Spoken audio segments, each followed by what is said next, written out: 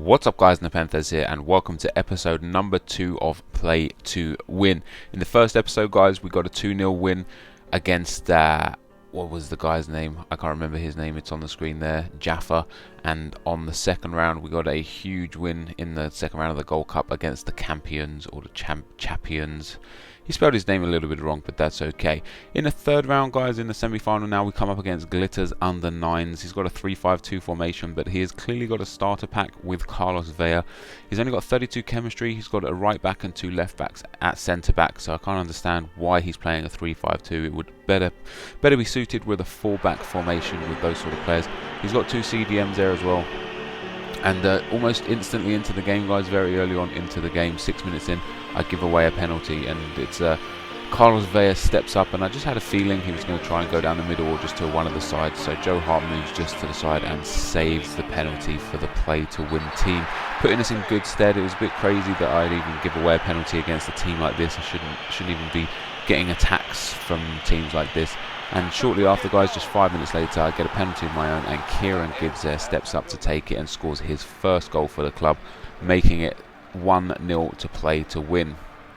Again, down the left-hand side, which is where most of my attacks happen, Gareth Bale with a roulette and then a heel-to-heel flick, steps inside, right foot shot, that weak foot that's got 4 stars, and makes it 2-0 with a fantastic effort to the far post, to the right-hand post.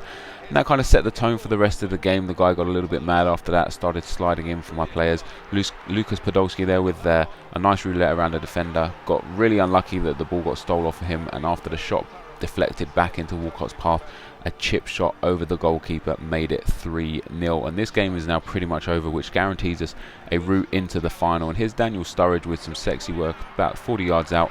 Threads it through to Lucas Podolski, and only one thing is going to happen there. He drills it into the bottom left-hand corner. The keeper had absolutely no chance. It's always nice coming up against bronze keepers.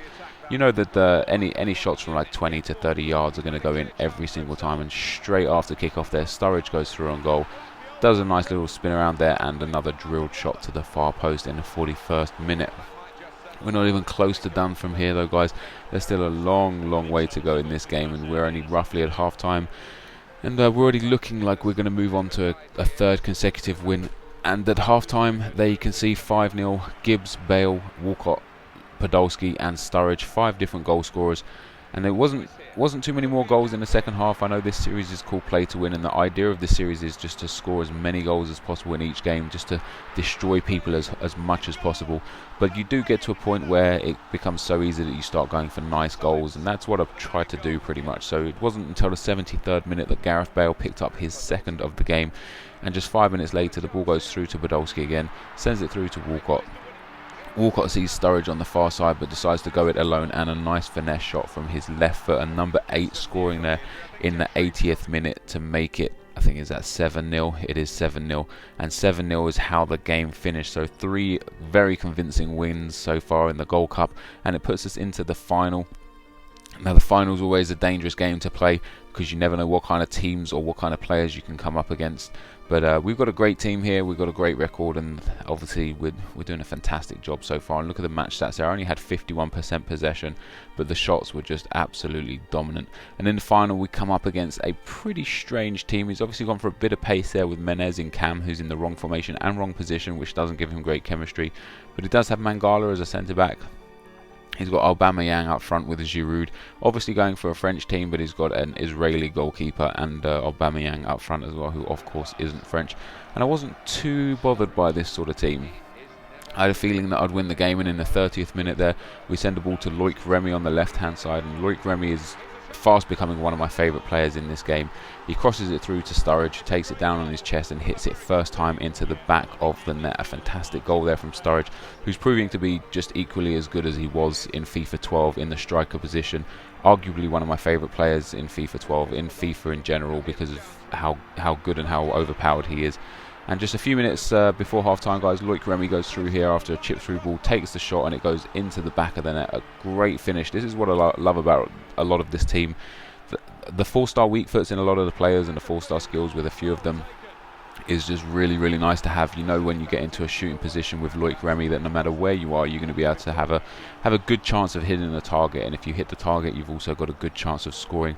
And just before half-time there, Kieran Gibbs makes it 3-0 with a penalty. He's becoming the penalty king, the penalty taker for us. And Remy here with the advanced rainbow flick gets a bit unlucky there to get tackled, but still managed to bustle through the defence and takes a shot into the far corner, and Remy scores his second in the 51st minute, making it 4-0 in the final. And this game is pretty much won for us now. You know, when you go 4-0 up in the 50-odd minute in the final of a game, you know you're going to win. It's even nicer to make people rage quit in finals. It doesn't happen too often, but there's a possibility still here. And then to make it 4-1, the fifth goal, number 11, Aubameyang scores in the 55th minute. And of all the players that were going to score against me, it probably would have been him. But it didn't matter because we still had plenty of time. And in the 63rd minute here, Walcott shows his pace down the right-hand side. Sturridge picks up the ball and shows his pace down the right-hand side. And then we've got a 2-on-1 situation. And at 4-1 up, you know what's going to come. It's not going to be a cutback. Sturridge steps inside himself, takes a shot to the far corner after some nice skill moves in the box. Nothing crazy, just a ball roll with a step over exit. And then a crazy good shot to the far post. That far post shot is pretty much as strong as the near post shot. And in the 72nd minute, Kyle Walker here on the edge of the box takes a shot, hits the post, comes out to Podolski, and Podolski is going to have a shot which also gets blocked. When it comes back to Podolski, you know that one's going to go in. He does take the weak foot shot there instead of the strong foot shot, even though it's probably better positioned for his strong foot. But it doesn't matter anyway, it went in nonetheless, making it 6-1 to the play to win team. And this final is now wrapped up. And in the 82nd minute here, Loic Remy on the edge of the box sends it to Yaya Toure. Yaya Toure opens up a bit of space for himself as he goes in, chip through ball to Daniel Sturridge, cuts it across to Bale, and Bale with the scissor kick into the back of the net in the 84th minute to make it 7-1. And we were not done there. There was still time, 6 more minutes left to see if we could get another goal. And in the 90th minute here, the ball is won by Yaya Toure on the edge of the box. Gareth Bale takes it, a right foot shot, top right hand corner. What a goal to finish it off. 8-1 in the 90th minute from number 9. Just a fantastic goal from Gareth Bale there. The shot is deadly. He is deadly in himself. Like one of the best players I've used on FIFA 13 for sure. And 8-1 is how we won.